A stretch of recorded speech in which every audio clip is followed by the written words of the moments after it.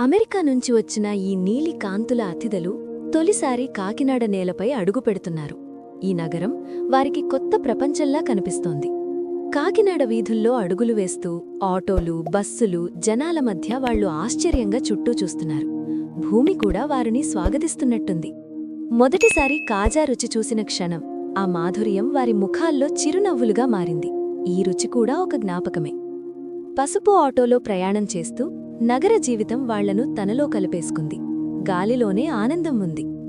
Uppada beach దగ్గర అడుగుపెట్టగానే అలల శబ్దం మనసును తాకింది. సముద్రం కూడా వాళ్లను పలకరించింది. అలలతో ఆడుకుంటూ క్షణకాలం వాళ్లు భూమివాళ్లే అయ్యారు. ఆనందానికి భాష అవసరం లేదని తెలిసింది.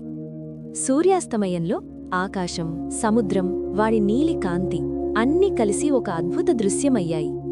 దేవాలయంలో నిశ్శబ్దంగా నిలబడి ఈ నేల ఆత్మను వారు గౌరవంతో అనుభవించారు. శాంతి అక్కడే ఉంది.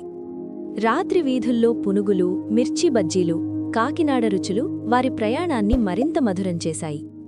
కాలువల వెంట నడుస్తూ ఈ నగర నెమ్మదితనం మనసులోకి దిగింది. ప్రయాణం కాదు, అనుభవమే ముఖ్యమైంది. సందడిగా ఉన్న మార్కెట్లో రంగులు, నవ్వులు, మాటలు అన్నీ కలిసి ఒక జీవంత చిత్రంలా మారాయి.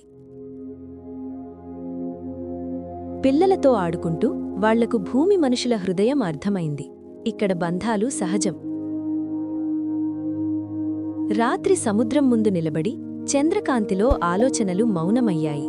ఈ క్షణం చిరకాలం గుర్తుండిపోయింది.